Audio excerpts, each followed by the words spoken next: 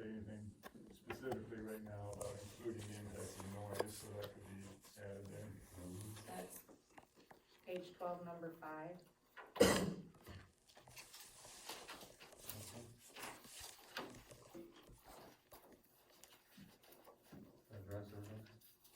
That's all I've got on my list.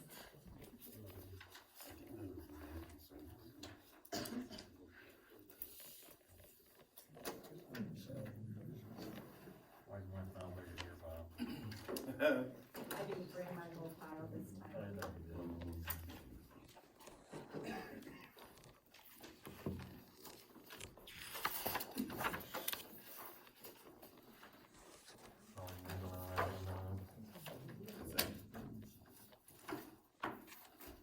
So, Paul, you got a whole lot of homework to do? I do, I'll have it before your January meeting.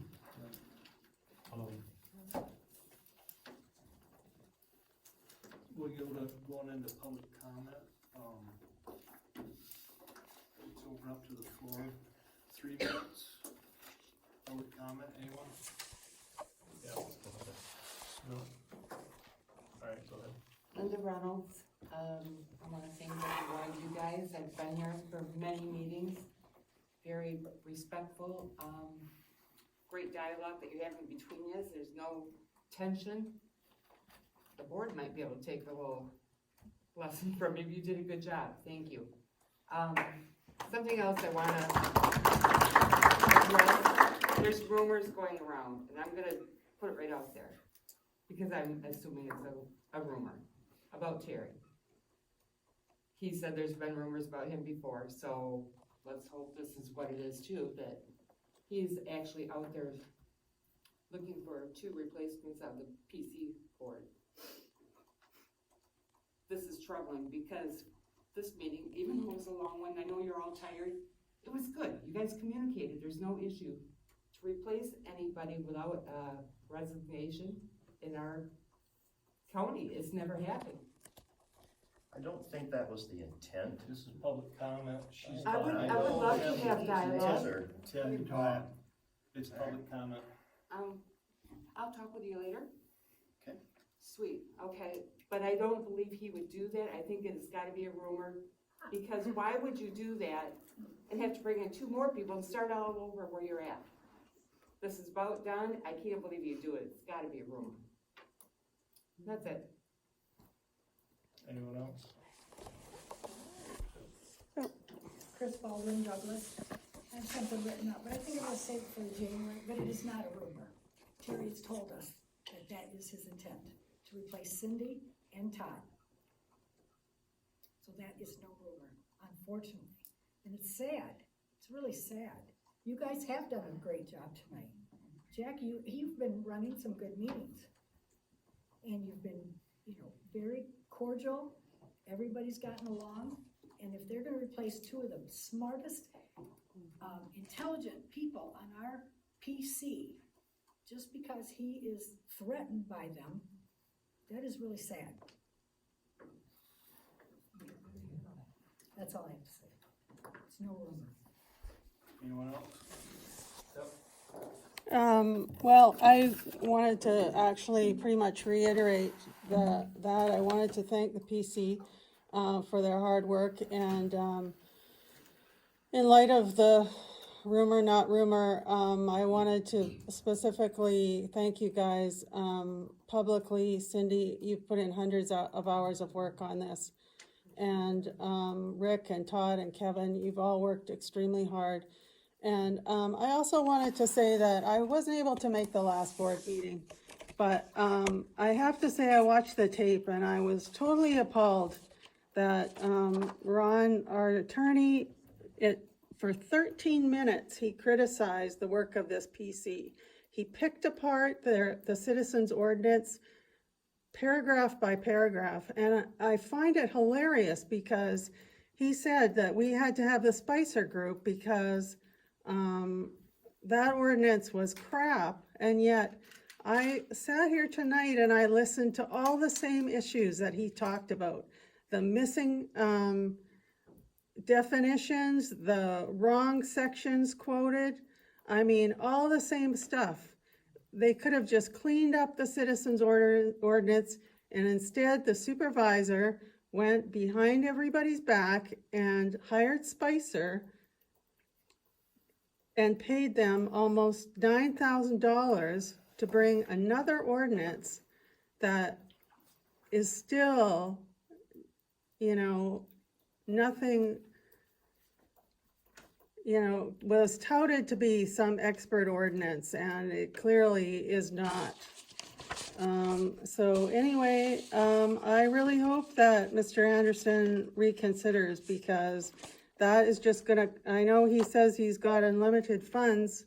I don't know where the money is growing on what trees here, but, he, you know, that's just gonna cause another huge expense for this township and another huge delay. So,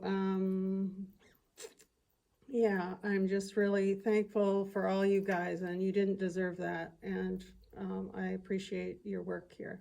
Thank you. Anyone else? Yeah. Is it Kevin at your name? Name, please. Oh, I'm sorry, Wendy Spatala, Douglas. Kevin, I believe you had the question as to how much has been spent so far. $41,000, guys. Does this township really have that amount of money to spend on attorneys and planners? And you guys did a fabulous job here tonight. I applaud you. Making progress. The next step is the next step. Thank you, Paul, for all your input. You had a lot of nice input. But I just don't understand how much longer this can go on. It can't. We don't have the money. I don't know where Terry plans on pulling it out from, like Sheila reference. We don't have a money tree. So I don't know. I don't know what to say. Thank you, though, for listening.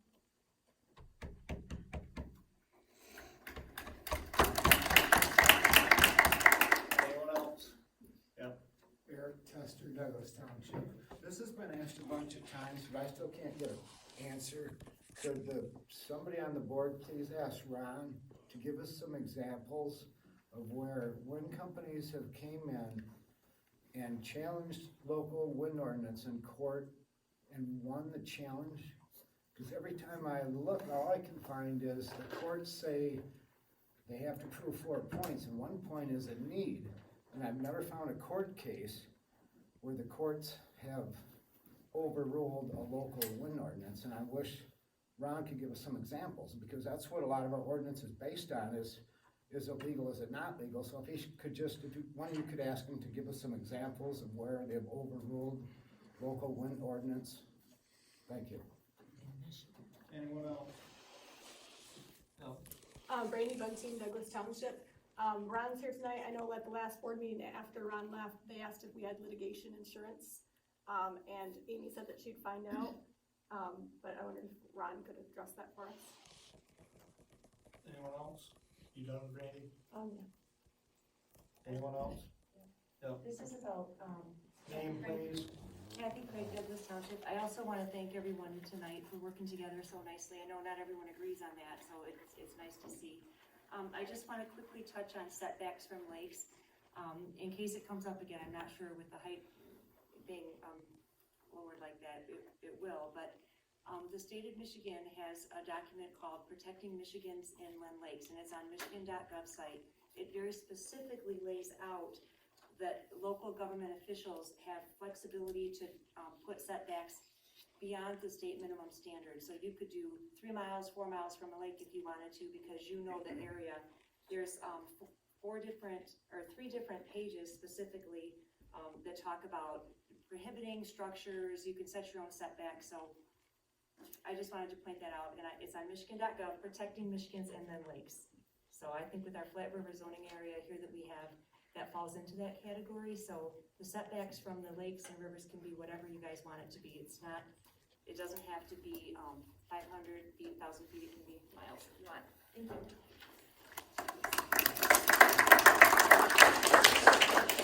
Anyone else? Okay, we're gonna close closed public comment. Our next meeting will be January 26th, 2022. That's our regular scheduled quarterly meeting. Is there a motion to adjourn? I have a question. Actually, I'd like to address it to our lawyer. I've been on this board for 19 years and 3 months.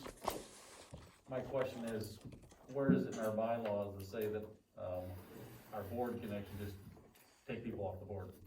Where does it say that? It's a subject matter that's not covered by bylaws. It's addressed by the Michigan Planning Enabling Act. There's two circumstances in which that could occur. When a planning commissioner reaches the end of its appointed term, usually on 3-year staggered appointments, there's no obligation under the law to reappoint that person at the end of their term of service. They can be replaced for any year or no reason at all. What the Planning Enabling Act says about removal during the term is that you can be removed for misfeasance, malfeasance, or nonfeasance upon notice and prior hearing before the board. And the only way you ever got off this board prior to this rumor, whatever, was you either resigned or you died. Yeah. I don't know that. I'm not looking forward to dying. Almost did, so I did. I'm just trying to answer the question. I'm not saying anybody should or shouldn't be removed, but those are the circumstances on which a planning commissioner can be removed. Their term expires and they don't have to be reappointed, or it can be for misfeasance, malfeasance, or non-feasance in office.